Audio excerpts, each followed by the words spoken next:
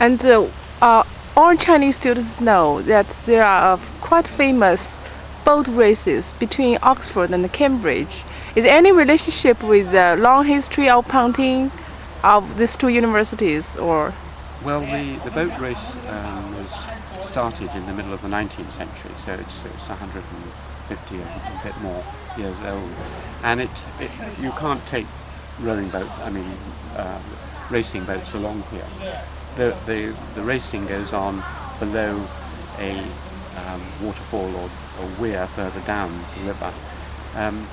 But the fact that you have this race between these two universities again tells you something, that both of them are based on rivers. Yeah. And the importance of a river to Ox Ford, a ford over the river, or Cam Bridge, is, I don't think, accidental. It unifies the university. It gives a lot of activity to the students in racing and rowing, which is very characteristic.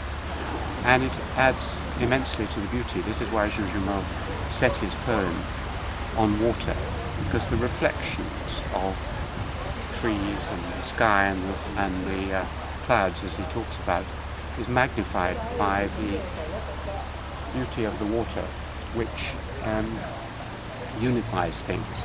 And there's a famous description in the writer Nabokov, who wrote Lolita and is a great modern writer, and he describes his time at Cambridge, and there's a beautiful passage by him about punting, and it obviously affected his writing, as it did many of the poets, perhaps more than the scientists. Yeah. In Xu Zhimou's poem, Farewell Again to Cambridge, he mentioned Cambridge, but to many Chinese, they think that there is actually a bridge called Cambridge. Is that a misunderstanding, or is any a bridge called Cambridge here?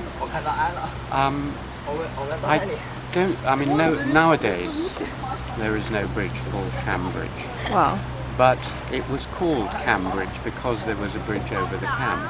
And that was actually much further down. That was Magdalen, what we now call Magdalen Bridge, which was on one of the main roads in Britain, went across the Cam further down, and it united two parts of England.